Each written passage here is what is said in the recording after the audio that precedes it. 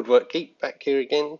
This week a little tune-up on the Felder bandsaw. As you can see on this clip here, when pushing the chopping board through the blade, there's excessive movement of the blade, and I'm also getting some drift on that blade as it's going through that stock. You can see I'm having to force the wood through at points, which then leaves a less than perfect cut. So this week is all about tuning the bandsaw up and getting it back to best condition possible. So one of the things I first start with is the door. So when I open the door, you can see it hits that support there on the kind of bottom edge. Now what I wanted to do was to move those supports to the hole that's closer to the outer corner. So I lift the bandsaw up and I prop it up with some blocks underneath so that it's nice and supported. I take the support out from underneath, and it's at this point I find out that that hole on the far left is it's covered in paint basically, so I have to take the paint out. So I use the foot upside down to clear it off first. But even after doing that, what I do find is that that hole is too close to the edge. So Felder, a bit of a design fault, I think. If you'd have just made that hole 5mm in on each corner, then you could have had one hole to do two purposes. Bit of a missed opportunity, I think, on that one. And about my only gripe on this bandsaw. So it's a fairly minor thing, but yeah, it could have just, if it had just been machined slightly, kind of 3, 4, 5mm in, would have saved the whole problem. And it would have saved me some manual tool action here in terms of cutting off the top of that bolt, just so that the door does slide. So I cut it off, the door works, and I just come back with a file and trim it up so there's no rough edges.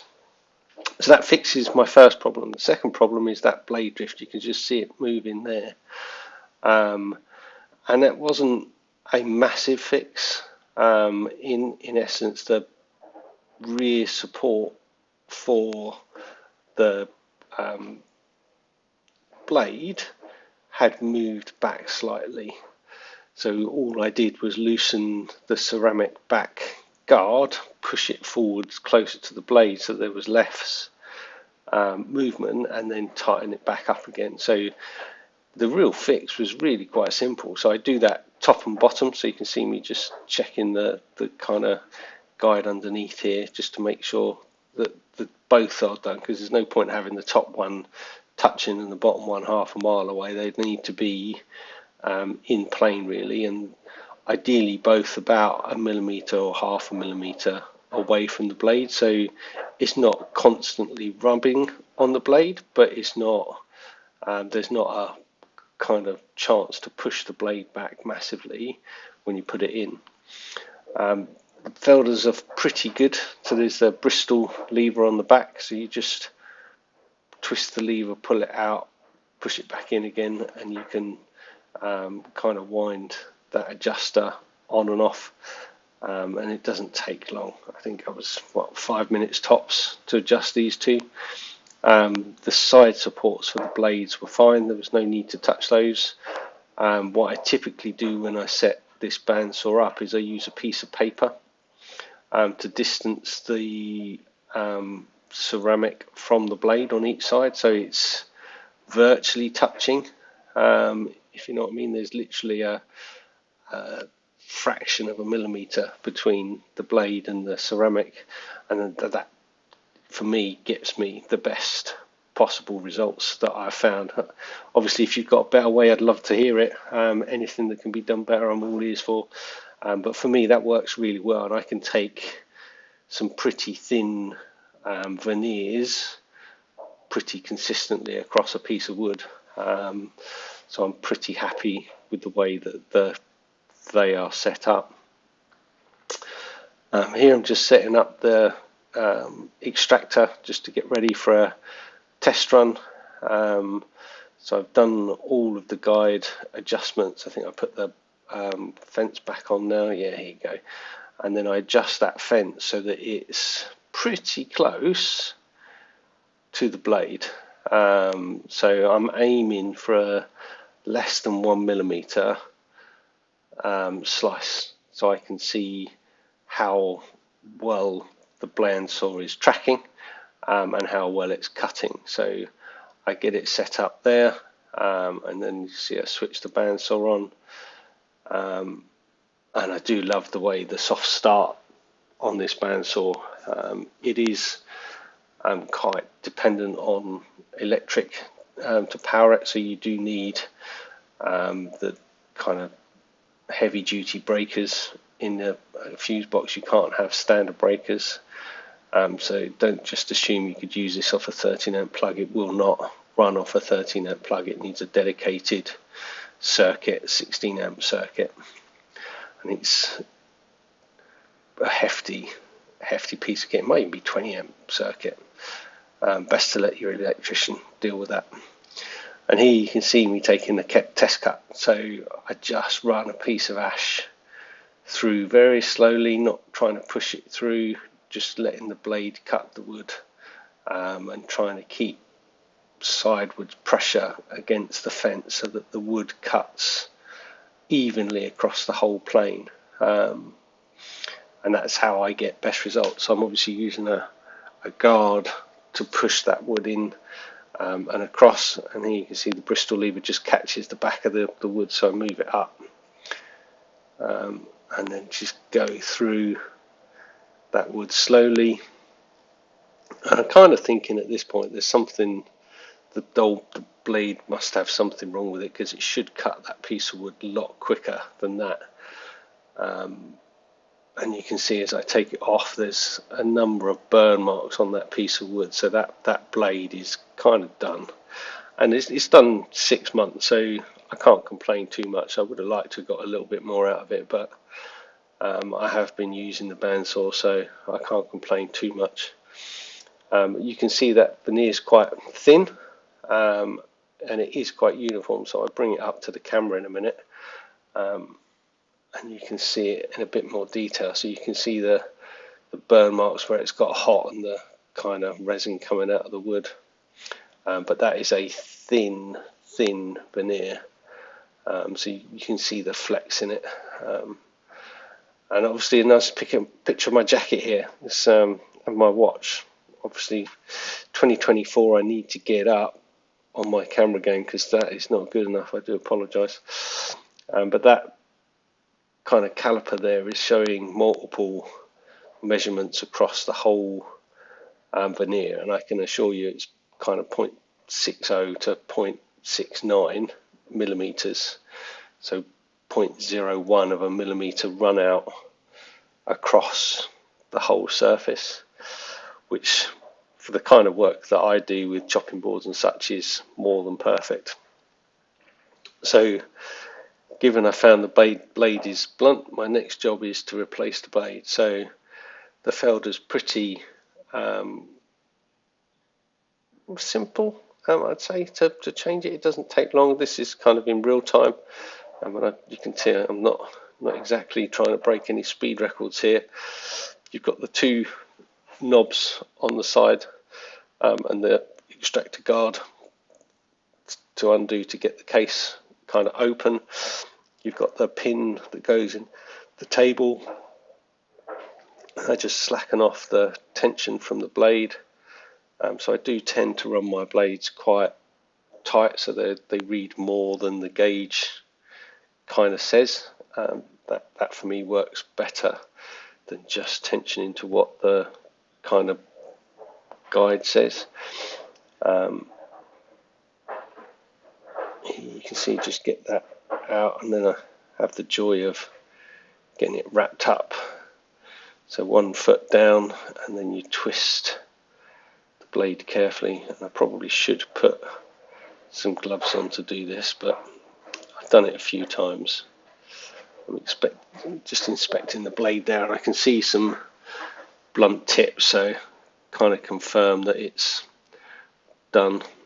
There's my foot on the blade, and then we just twist it round, push it down, and it pirouettes into a nice little kind of circle. So you see me pick it up. There you go. And just let it all regularise.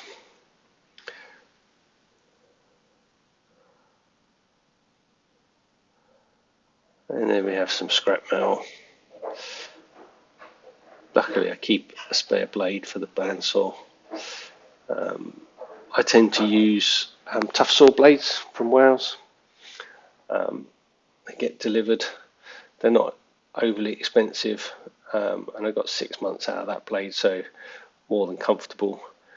I'm kind of torn between the vari cut and the fast cut. I think the original blade was a fast cut, and I put a vari blade on this time, and there's not much between them. I mean, I think if I was picking, I would go with a fast cut, but it's marginal difference in cut finish from what I've seen. So I will be getting another bandsaw blade from Tough Saws in the very near future. You can see I'm just kind of easing the blade back onto the bandsaw wheels, getting it back roughly in position,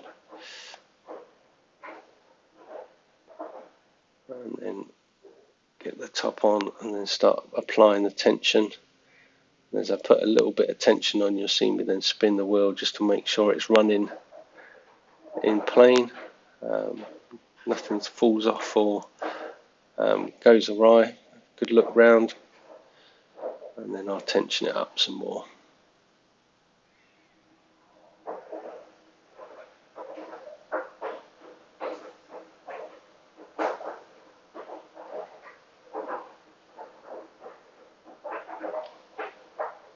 And once I've got that tension on, I'll put the block back in the lower part of the bandsaw just to create that airtight kind of gap for that side vent for the dust extraction. Close up the covers.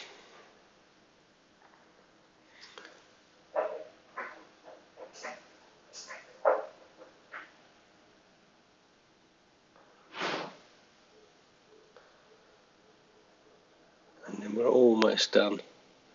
Once I get that bandsaw blade changed, I then do another test cut. You see me there just pushing that guard up to kind of create that airtight seal for the bandsaw. Close the top up, and then I reset for another cut.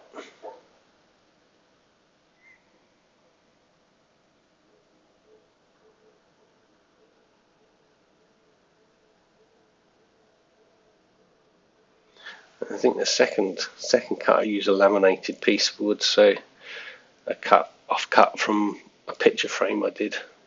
I don't know if it was last year or the year before, but a oak and walnut sandwich.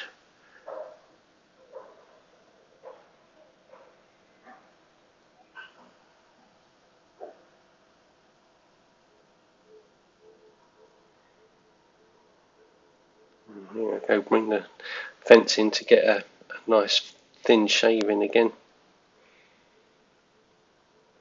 Here I hunt that piece of picture frame. And I'm looking at another piece first, and I don't like it. I switch after that to a piece of picture frame, I think.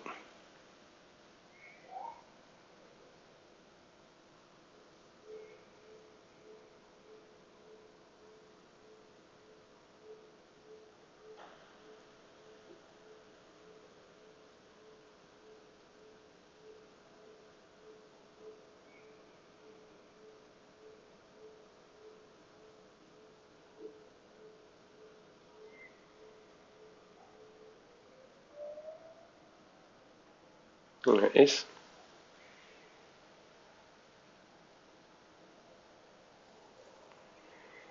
I'll get the guard again, put the extractor on.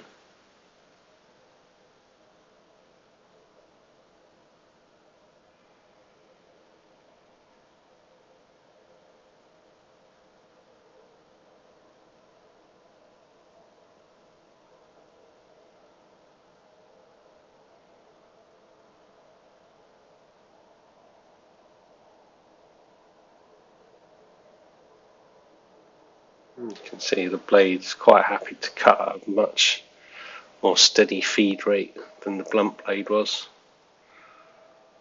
I cut through that piece, and then you can see how thin the shaving is from this piece. You can bend it at ease, and even though it's three pieces of wood glued together, you can almost ribbon it.